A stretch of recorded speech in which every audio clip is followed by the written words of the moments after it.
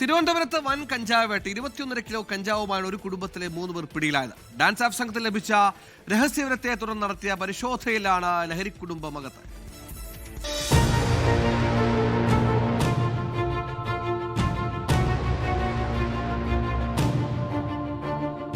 തമിഴ്നാട്ടിൽ നിന്നും തിരുവനന്തപുരത്തേക്കുള്ള യാത്രാമധ്യേ വെങ്ങാനൂരിൽ വെച്ചാണ് സംഘം പോലീസിന്റെ പിടിയിലാകുന്നത്.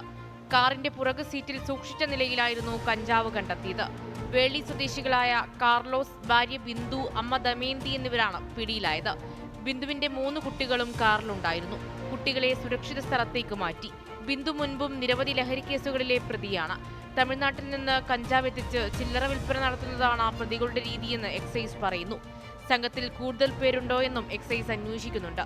നിലവിൽ പ്രതികളെ വിഴിഞ്ഞം പോലീസിന് കൈമാറി. 24 തിരുവനന്തപുരം.